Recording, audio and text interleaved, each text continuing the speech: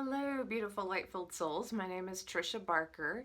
If you haven't seen my first video about my near-death experience, please check that one out first, because in that video I talk about my accident and the operation, the angels that I saw during the surgery, and the life review and what it felt like to be in the presence of God.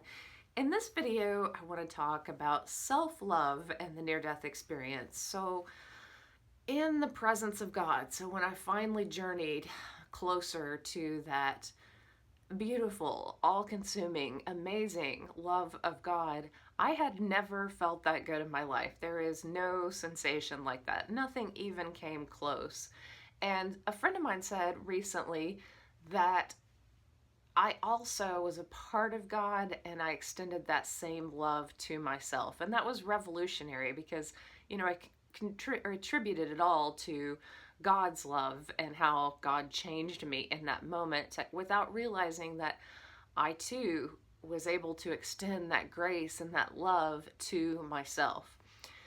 Now, throughout my life, I had not experienced much of that. So I think as a child, I looked out, as many of us do, to the world and saw, well, I'm loved when I act this way, or when I behave in this manner. So this part of me is bad and this part of me is good, and this person wants this from me. And so we start looking around at the world, especially if we don't grow up with a lot of unconditional love. We don't know that it's okay to just be us and to be loved with all our flaws and faults, and that we don't have to be a certain way in order to receive love, especially our own love. And I don't know how many of you wake up and just go, hello, you, I'm so happy to be alive and see you in the mirror and give you some water and breakfast. This is awesome. I don't know how many people actually talk to themselves this way, or just go, good morning, I love you, to themselves. But it's a shame that we don't. I mean, most of the time we hit snooze and feel tired and feel upset that,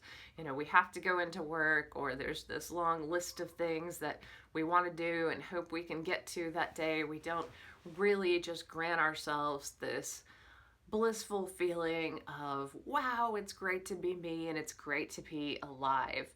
Now, people who have a lot of self-love are generally easy to be around. They aren't necessarily eking all this energy out of you in order to feel better. So they're not telling you all their problems so that you can feel sorry for them or try to help them, or they're not trying to manipulate you out of liking them more or caring about them more. That they're just generally happy with who they are, what they have, and happy to be alive. And that is what the presence of God gave me for the first time. So I did not feel that way before my near-death experience. I mean, I looked around, and like many people, I would think, oh, she has a much better style than me, or, oh, I wish I was as skinny as her, or blah, all these different thoughts that went through my head. And I didn't know how to just like who I was and to be appreciative of the things that I did for myself that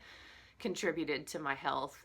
Now, we look around this world and we see a lot of people who are narcissistic, and that is not healthy, and that is not self-love.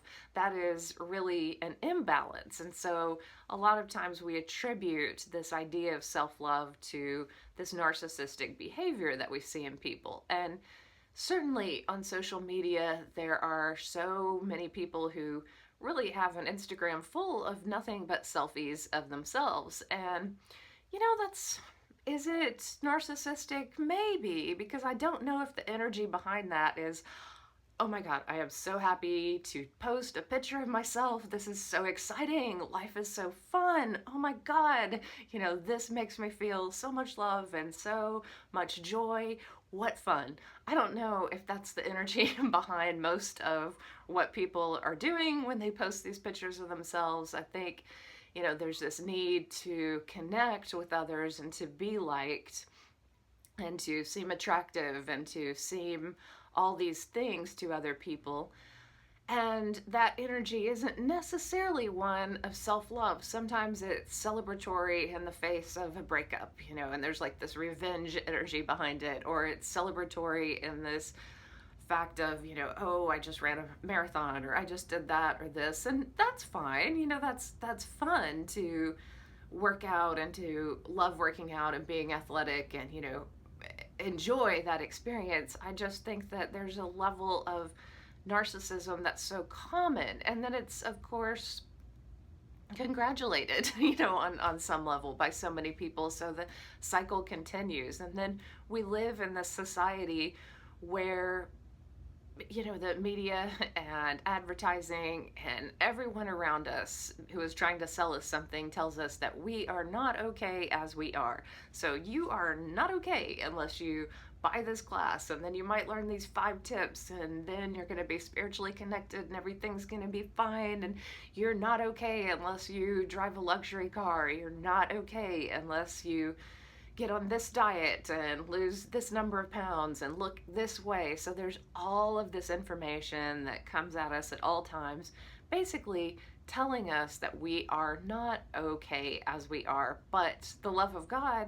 showed me immediately that I was fine. I was better than fine. I was a part of God exactly as I am. And so are you. You are fine and loved and well exactly as you are, no matter what is happening on your journey, no matter what you are going through. You can extend that self-love to yourself, and when you do, you are so much easier to be around. I promise you. You will make people around you much happier when you just love yourself, because when you have your needs taken care of, you don't need to necessarily get anything from anyone else in order to feel okay. And that's an important lesson for everyone. Now, I'm not saying that working out and posting selfies is a terrible thing to do and that it's, like the opposite of self-love. I'm just saying that there's an energy to things and there's an energy to all actions. And I just kind of question that, if someone constantly posts selfies of themselves, if they truly love themselves.